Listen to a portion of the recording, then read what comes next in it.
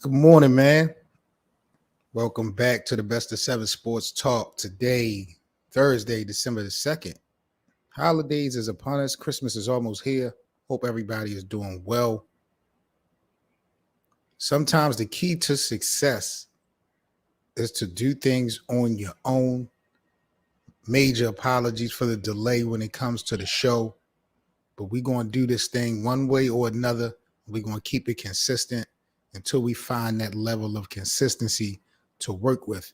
But you guys are now rocking with the best. This is the Best of Seven Sports Talk. I'm Seven Mitchell. Salute to everybody out there. We're actually live streaming this morning's show on the YouTube channel for the Best of Seven Sports Talk. If you're not familiar, links will be in the description. Make sure you guys subscribe to the channel. Check out all the exclusive content that we provide for the NBA. A lot of stories to talk about today, so buckle up. It's about to go down. I'm going all over the place because, again, we got news coming out of Los Angeles, New York, Milwaukee, Toronto, Miami. It's all over the place when it comes to the NBA. So buckle up. Get yourselves together. Once again, I appreciate you guys.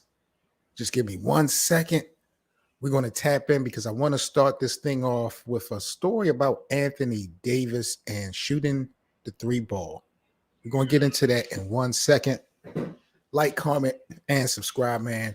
So Anthony Davis, the LA Lakers superstar, he is not going to let this slow start that he's had deter him from shooting the three-point ball. AD explained that he can help stretch the floor to open things up for LeBron and Russ and THT to drive to the basket. Now, according to Anthony Davis, this is what Anthony Davis had to say about him shooting three-pointers, even though he's struggling. AD said he's going to continue to shoot the ball from three, win or lose, whether it goes in or not. I think that opens up the floor for my teammates to get downhill, and it also opens it up for me to get in the paint when guys run out and closing out on the three-point shot. I'm just trying to be effective at all three levels on the floor, and it really was going for me tonight against Detroit. Now, AD, he did hit both of his three-point shots in that game, but he struggled from three-point range for the whole season in its entirety. And we know that AD has a perimeter game, but when we look at the makeup of what the Lakers have this year, we're not talking 2020. We're talking about this year. I think it seems more fit for AD to get more presence in the interior, in the post, like he's supposed to, being a big man, than consistently having that ball in his hand, 15, 18 feet away from the basket, squared up to the rim, dribbling, crossing over, pulling up perimeter shots. I just don't think that chemistry is going to work for this particular, lineup that they have. Atlanta is in the building. Salute to my brother, Atlanta, since 82, checking in. But AD says that he's still going to go ahead and pull up the three regardless of what no one else says. The 8-time All-Star, he's shooting just 21% from beyond the three-point line this year, which is way off of his career average. AD normally shoots 31% from three. That's kind of good for a big man. But he's only shooting 21% from the field this year. When he was healthy back in the 2019-2020 season, AD shot, I believe, a career high from the three, 33%. And that was one of the reasons why the Lakers were able to pull it off in the bubble and win that championship. Right now, the Lakers are 11-11. They won 2 of their last 3 games since LeBron has returned from the suspension, but now LeBron is out for 10 days at least. with this healthy and safety protocol thing. I don't know if LeBron has COVID or what's going on specifically with LeBron James, but LBJ is going to be out for an extensive amount of time. On the season, Anthony Davis is averaging 24 points, 10 rebounds, and 3 assists. He's putting up decent numbers. Don't get it twisted. I'm not here to really complain about AD. I just do not agree with the fact that you are so into yourself that you will not, that you really can't see the trees from the fire. Like, you belong down the bottom. I'm watching Frank Vogel and DeAndre Jordan go at it back and forth in the middle of a game. I told y'all Frankie V got to go. He has no control. Now, DeAndre Jordan, because he has no cachet, because he's new, he could be a victim of, of a casualty, and they could get rid of DeAndre Jordan. But this is just another example of Frank Vogel not having any control over this squad. I don't know what y'all think about Anthony Davis shooting the three. He has a jump shot, but I just feel like right now, the way the team is struggling and they still trying to find themselves, I think it would suit the Lakers better for AD to play the 5. You still want to get the 3-point shot regardless. Joel Embiid, he gets his opportunities. The Joker, he gets his opportunities. Playing the 5 does not necessarily mean that you won't be able to, get your shit off from the 3. The game by default has stretched out a little bit more, which will allow power forwards and centers to shoot those types of shots. The problem that we have right now with Anthony Davis is simply he's not making them. He's not making them. And he is looking at the generality of, if I shoot the 3, it opens up the floor for the rest of my guys. But LeBron is hurt. Russell is playing better than he's played all year, but that still is a roller coaster experiment with Russell Westbrook. So we need Anthony Davis, regardless of what he has as far as a total skill set. We need him to put his best foot forward and provide the Lakers fans with the best thing that he can offer right now. And to me, that's interior post presence on the defensive end and banging down low on the offense. Now, I've seen people act like Anthony Davis is a softie, injury prone. He don't like the bang. These are things that have went over Anthony Davis' head. And I think because he's able to, bring the ball down the court. AD used to play point guard in high school. Because he has a little bit of court vision, because he has a jump shot, sometimes it seems like he feels like he's one of those Kevin Durant types of guys, in that he can really do anything he wants on the floor, dribbling, being a floor general. We've seen key moments where AD has been able to perform at that level, but we're not seeing the consistency now, and I'm not sure if that's what the Lakers really need from Anthony Davis at this point. You got Rajon Rondo on the team. There's no other floor general, in my opinion, in the NBA outside of Rajon, other than LeBron or maybe Chris Paul. We can argue a couple other names, but Rajon is one of the top floor generals. Basketball IQ is unbelievable. You got him. Russell Westbrook, to me, is a fake point guard, but you got THT. You got Kendrick Nunn. So you got some guys that can bring the ball up the floor. I don't think that responsibility needs to be in AD hand. AD is not LeBron. We know LeBron will play the point forward all day, every day. AD can do it, but we need AD to run his ass down below, getting that block. That's a super fact, man. Definitely the last of a dead breed. We got a lot of basketball left, I'm not going to lie, but it just doesn't look good. To me, it doesn't look good. Now, multiple league sources. Let's take this thing out to New York with the Knicks. Kemba Walker, he's out of the rotation for New York. Tom Thibodeau had announced he's not sure if this is going to be a permanent move. They're still trying to iron some things out. But Kemba Walker, who's from the New York area, who played in Madison Square Garden, I believe in college or in high school, this was supposed to be his return home. And it just has not played out well for him at all. Now he is completely out of rotation. Multiple sources are now saying that the Knicks are looking to trade Kemba, possibly to Houston, for John Wall.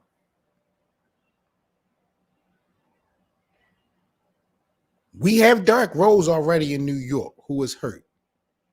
Him and Kemba is just not going to work. If you bring John Wall to New York, does that increase the chances of the Knicks doing anything this year?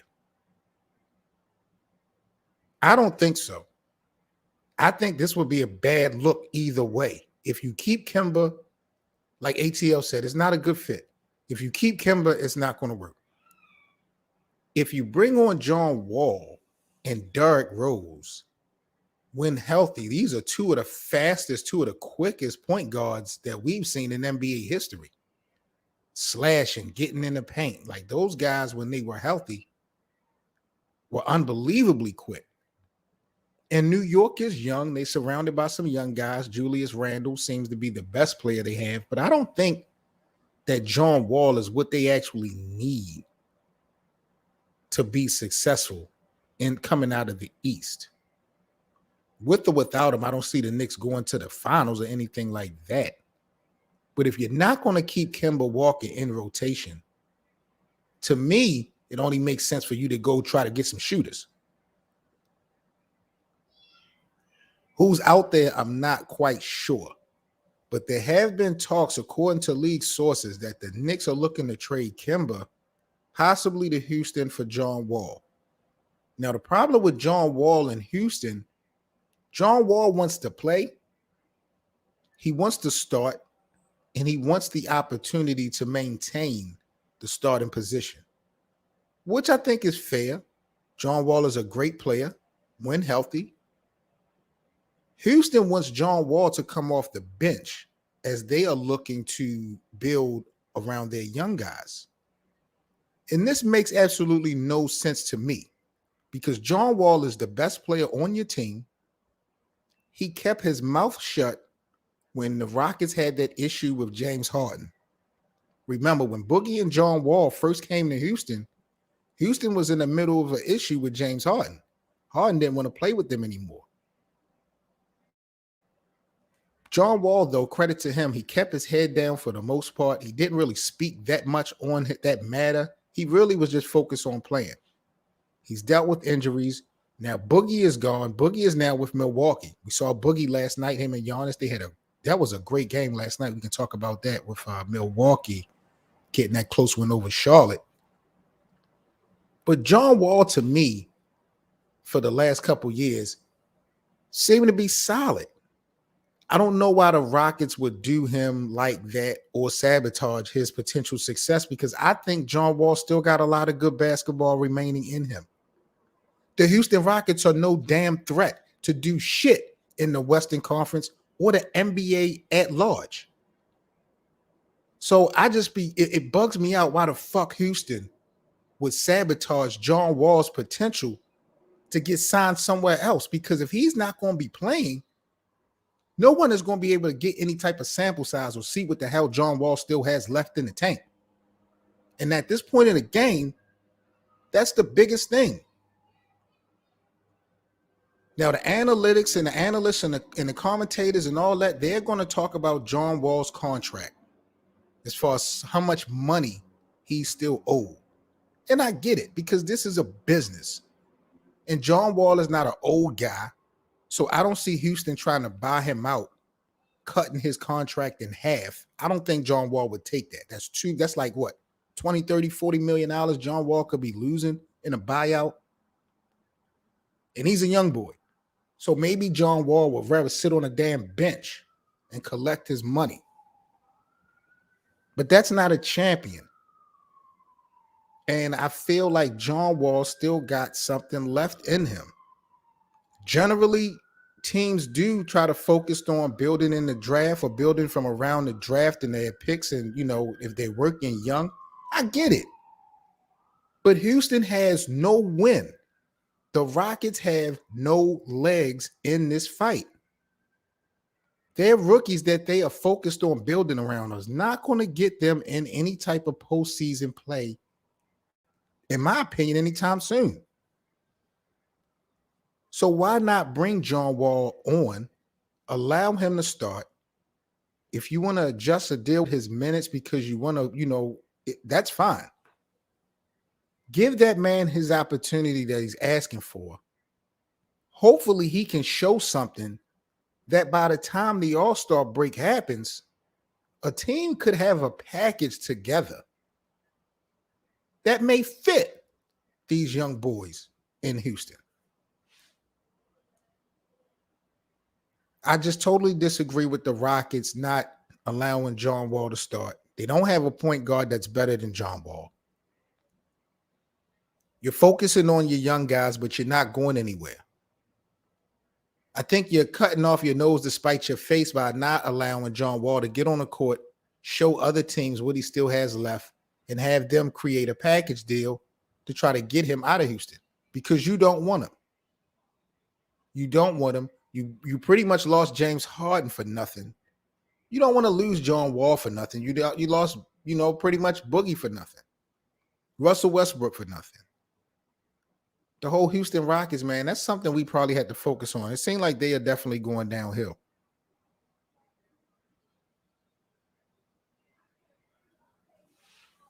But I don't know, man. I'm just real disappointed that John Wall is not getting the opportunities that he's asking for. And I'm afraid that when they decide to pull the trigger, if they don't trade John Wall, when they decide to pull the trigger and allow him to start, the Rockets are going to be so much in a hole when it comes to wins and losses. It ain't going to make a damn difference. The perception is that John Wall is starting or running a ball club that can't win games. So JW, in a sense, to me, is in a lose-lose situation. But, we're just going to have to see. Time will definitely tell. But I'd rather see John Wall out of Houston because, he wants to play. He's not demanding to be sent out of Houston, and that's another thing. He wants to play, and he wants to prove that he can start, and he wants the opportunity to keep the starting job. He doesn't want anything handed to him. So with everything that the Rockets have went through these last couple of years, it just amazes me why they are so gung-ho on making him come off of the bench. This is the Best of 7 Sports Talk. I'm Seven Mitchell. Once again, we are live streaming from the YouTube channel, Best of 7 Sports Talk. Full podcasts available every Thursday. We definitely have episodes dropping every day of the week when it comes to the NBA here on the Best of 7. So definitely appreciate you guys' support. Thank you guys very much. Working on getting some consistency, man. I'm working on getting a co-host that we can bring you guys some consistent, hot topic content when it comes to the NBA. Do apologize for this extensive delay. I don't think we've done a full show here on the Best of 7 in about 3 weeks. I try to allow people to get in where they fit in and give them some times. I know it's the holidays, but this is a big deal to us NBA fans. We love to talk the NBA. There's a lot of news going down in the association. So we really can't afford to be missing shows and podcast episodes for weeks and months at a time. Salute to Detroit. Augustus is in the building, man. Definitely appreciate you stopping past. Greetings from the D. Just chopping it up, man. Going over some of the hottest topics that's happening in the NBA. Now, the NBA yesterday, it looks like Chicago and Miami, the Heat and the Bulls, they're going to forfeit their next available second-round draft picks over findings in that probe in the early contract issue with Lonzo Ball and Kyle Lowry. Remember that sign and trade deal that sent Kyle Lowry from Toronto to Miami and Lonzo from New Orleans to Chicago? There was a lot of questions, and there was an investigation within that whole trade deal, and it took some time. but it looked like some things were done that was not supposed to be. And both the Bulls and the Heat are going to forfeit their next second-round draft picks following this investigation. Now, Chicago, the way they are being constructed, I don't think this will hurt them, depending on who's available in the draft. I don't think they're looking to build in the draft. They got a solid 3-4 people right now with DeMar, Lonzo, and Zach LaVine, just to name a few. But overall, Miami, and I had Miami going to the finals this year. When we did our early bird predictions at the beginning of the season, I had Miami going because I liked the additions that they had made in the offseason. I'm not a big Kyle Lowry fan, but I had liked the addition at the time. I liked the addition of PJ Tucker from the defending champion Milwaukee Bucks over to Miami. Still brings that grit, that toughness. You still got Jimmy Butler. Tyler Hero is coming into his own. You still got Bam Adebayo. The Miami organization is always, for the most part, tried to be a winning franchise, the culture, the environment. I thought Miami would be dangerous this year, especially with Kyrie not playing in Brooklyn. I wasn't so sold that Milwaukee were playing great. So I had Miami. Now there's stories that Kyle Lowry is already talking about going back to Toronto and signing a one-day contract before he retires. Now, I know what you guys are going to say. Yo, Seven, this is not nothing new. Players all the time go back to franchises that they used to play for, sign a one-day contract just so they can retire under that organization. Generally, I'm not mad at that. But what the hell is going on with Kyle Lowry? It's apparent that he misses home. And I'm not trying to hear shit other than that. We're not even 2-3 months into the new season. He just got sent from Toronto to Miami. And you're already talking about retirement. You're already talking about planning to resign with the team that just let you go for optics reasons. Your whole focus right now should be the Miami Heat. Conversations about retiring and, where you're going to do it, when you're going to do it, how you're going to do it. That makes absolutely no sense so early into this season. For a player of Kyle Lowry's stature, who does have hardware, thanks to Kawhi, but you're going in Miami. Miami is similar to LA in the aspect that when LeBron first went to the Lakers fans didn't really give a shit about what LeBron did in the past, how successful he was in Miami or how successful he was in Cleveland. The Lakers had Kobe and Shaq and Magic and Wilt. It's all about what you do for us. Miami is similar. They're not going to be gung-ho impressed about Kyle Lowry winning that championship in 2019, or was it 2019 with Toronto? Everybody know Kawhi was one of the main, pieces in that, formula for that to be successful. Kyle Lowry has to come put his head down and be blue collar and get in that grind like Jimmy Butler and the rest of the guys in Miami. That should be it. So I'm looking at the comments of Kyle talking about going back to Toronto, retiring and all that. Like I said, it's not like that's something brand new. But like my brother Augustus just said, he just got to Miami. We haven't even got to the All-Star break. We haven't even got to the Christmas games yet, bro. And he's already talking about retiring, or he's already talking about going back to the team who he just parted ways from. Like, it just doesn't make sense. It may not be a big deal to most, but I just didn't like that comment coming from Kyle Lowry. I just think the focus should strictly be on what you have to go on in Miami, because in reality, Miami has a shot to really make some noise in the Eastern Conference this year. KD, we watched the Brooklyn Nets. They beat the Knicks the other night, but, I've just never been sold that Brooklyn was going to walk away with the Larry O'Brien trophy, even with Kyrie, because I feel like if you don't have a solid defensive presence, this is not the NFL where it's one and done. You're not going to win a playoff series, a significant playoff series, without having some type of defensive presence. I don't give a shit how many points you can score. Case in point, the 2016 Golden State Warriors. We can say on paper that KD, Kyrie, James Harden could average 120 points a game. That's fine. But you better believe that they are also giving up 115, 120 points a game. KD is a pretty good defender, but KD is never known to be a lockdown defender. Kyrie is never known to be a lockdown defender, nor has James Harden. So you guys are talking about chemistry on the offensive end. I've never been sold on the defense.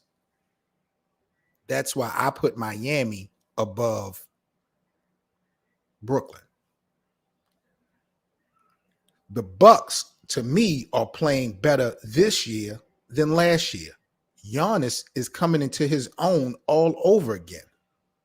They just picked up Boogie Cousins to add some additional size. And even though we just talked about this and it's going to be far-fetched because of the contract, John Wall could wind up in Miami or Milwaukee. Now imagine John Wall rejoining Boogie, but playing with Chris Middleton and Drew Holiday and Giannis over there in Milwaukee. I think that puts Milwaukee, even though John Wall generally you wouldn't think is that much of a game changer, I think that puts Milwaukee atop of the East by far. You put John Wall with Milwaukee right now as constructed, we could be looking at back-to-back champions. You put John Wall over there in Miami, I don't know if it could work because there's a lot of different personalities, but I like it. I like it.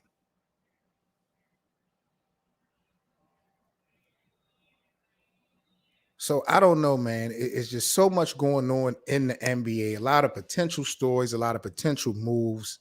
You know, the biggest thing I think that we have seen so far in these first couple months of the 75th season of the NBA, injuries can make or break your whole game plan. We've always dealt with injuries. Every year someone gets hurt. But it seemed like these last 2 years, y'all, if you are really fans of the NBA, if you've really been following the NBA, you can't tell me that the injury bug has not had more impact as of late than ever before. Look at all of our top superstars within the last 3 years that has been out for extensive period of times. Klay Thompson, Kevin Durant, LeBron James, Joel Embiid. I mean, you name it. Greek Freak. I don't think Giannis has had to deal with too many injuries. You know, Kawhi Leonard. You understand what I'm saying? It's just the injury bug has really allowed a lot of teams to, because shit, I don't think Phoenix, the shout out to the Suns. I know the Suns got tied for the best record in the NBA right now.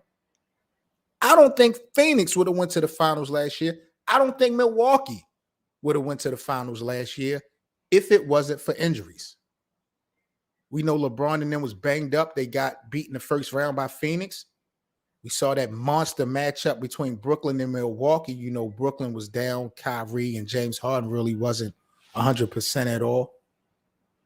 Injuries played a huge role in how a champion was presented last year. And I think it's just rearing its ugly head again. Injuries are becoming such a big deal in the association. Salute to my bro Scrub in the building.